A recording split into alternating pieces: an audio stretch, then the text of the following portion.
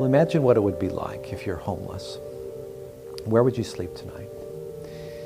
And on top of that, where would you bathe? Where would you use a restroom? Where would you cook your food? Where would you even eat?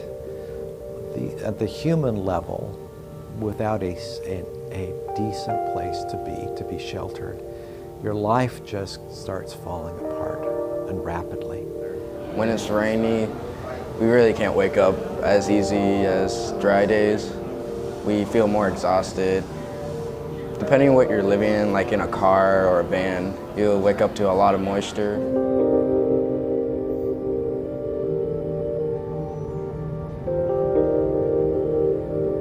Ultimately, the responsibility of the fire department is just to respond to whatever the nature of the call is, do an assessment, treat them as you would any other individual, and then see what resources they really need, whether it is a trip to the hospital for a medical problem, a legitimate medical problem, or if it's to be referred to some other social services. But we respond regardless, try to find out the nature of the call, and then once we determine whether there is or is not a true emergency, find out what avenue to send them down to get them the help that they probably most need. I think the community is negatively affected by homelessness because it is a drain on resources. We've got people that are without shelter who are inappropriately going, for example, to the emergency room when they really don't need to go there, but they're going there seeking shelter. We have people that are inappropriately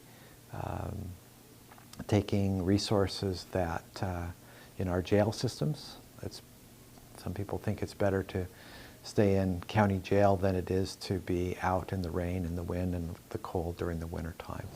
It causes people to do things they wouldn't normally do just to survive or just to help somebody in their family, either biological or their street family, to help them survive. So some people may not be affected by who they surround themselves with, but when I started becoming homeless, I was surrounded by myself by a lot of bad people, and it kind of made me have more of an aggressive mood.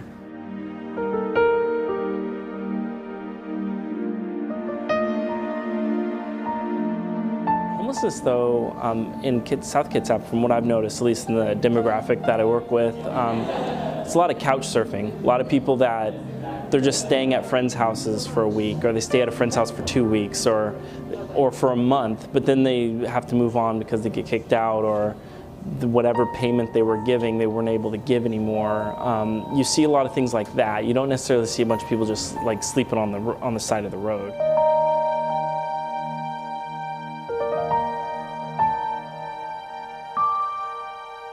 Kind of like, if I don't have a place to stay, then why am I even focused here at school? Because I'm so stressed about where am I going to sleep tonight, what are we going to have to eat tonight, who am I going to, am I going to be safe sleeping in a car with my family? And it's really hard to then expect those students to come here and put on a face and go to 4 different classes, and really just focus on school. Some people would not be friends with me just because I was homeless.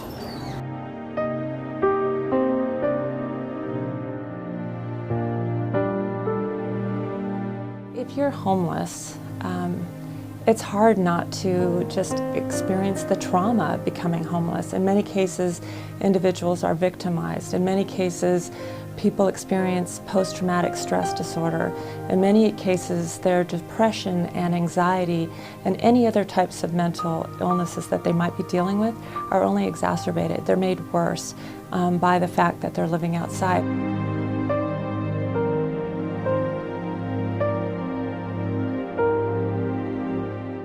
When somebody is living out in the woods or under a tarp or in an encampment, their priority is not getting treatment.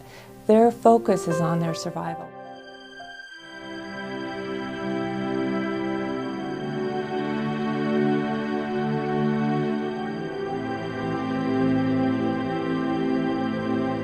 One of our county commissioners, Charlotte Garrido, has taken the lead in putting together a leadership group called the Homes for All Leadership Group.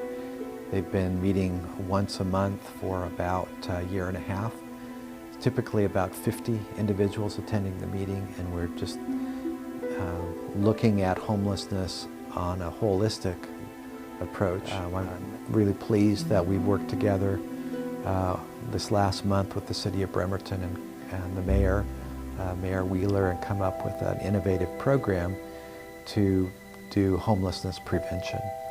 The city has taken $100,000 from their annual 2019 budget and directed it to the Housing Authority, and we're going to use that $100,000 for three specific purposes. One is to provide small rental assistance each month to help families pay the difference between what they can afford and what the landlord is charging. Second component of this program is to do eviction prevention. If a household is less than 2 months behind in their monthly rent and are being faced with an eviction, we'll use some of those funds to stop the eviction and keep them in their current place of residence. And then third component of the program is to use funds to pay for security deposits. Okay. We have services here at the high school as well as district-wide, so not just for us, but we have a homelessness liaison who kind of can handle getting transportation. It's called the McKinney-Vento, and they can help with transportation, with food. Here at the high school we also have Friday to-go packs, meaning it's like snacks that the students can take. They sign up, then they just get a kind of discreet pass that they can come and get it anytime they want. So the way my program works actually is that it's somebody who has law enforcement interaction. So sometimes they'll call me for different reasons, but if it's a homeless person, say I go down to Salvation Army or something and meet with someone, then we have a conversation and we determine what kind of services they need, and then I help to connect them with those services. So we try to advocate for people.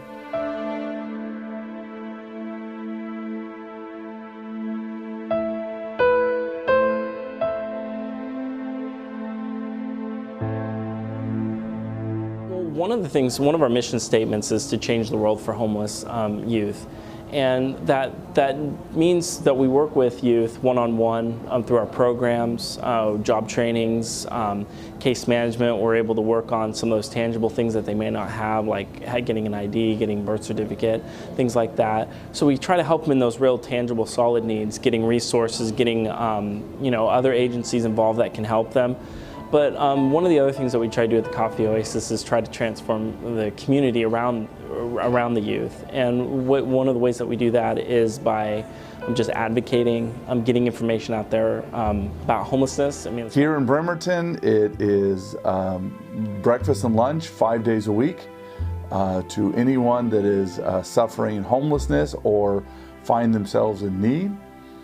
It is help with material assistance, whether it's bus tokens, getting your ID, getting your driver's license, help with that, emergency motel vouchers, and for us here it is also a 4-month-long emergency low barrier shelter, which means that you do not sign up ahead of time, you show up and we find a place for you to lay your head out of the cold. So we run that from December to March.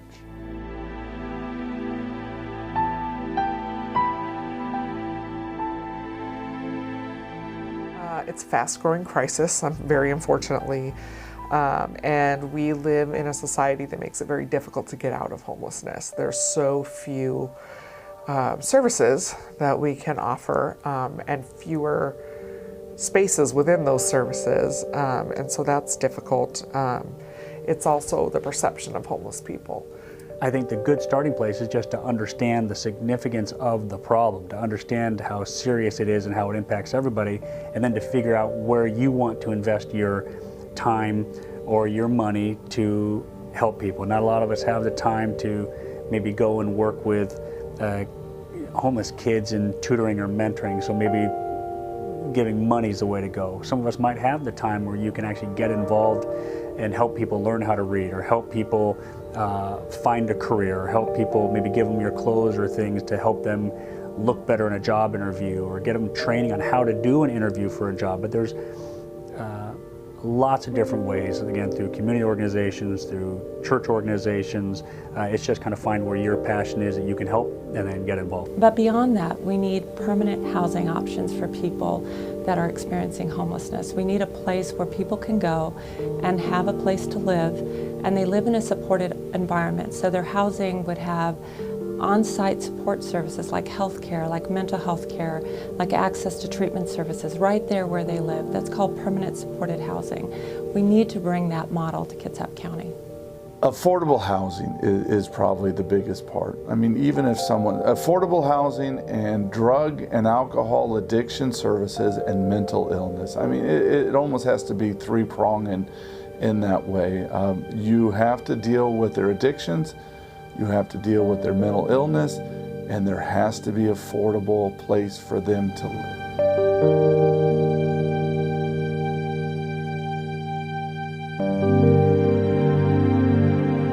But it really is one of those things that can happen to anybody. It's not just this small population that, you know, it's all their fault kind of thing. We're not being helpful when we use broad generalizations. Being out of a house made me open up to a lot more people and made me more aware of my community around me. When we opened this building 3.5 years ago, I heard that over and over. No one cares about us. No one really wants to help. And I said, this is a testament that the money that was raised for this building for you to come to was because people cared about you, and that there was this idea that there are people out there that care about the homeless. What I want the community to understand is that not all homeless people are just out to get drugs and alcohol. Some of us help the community even with being homeless.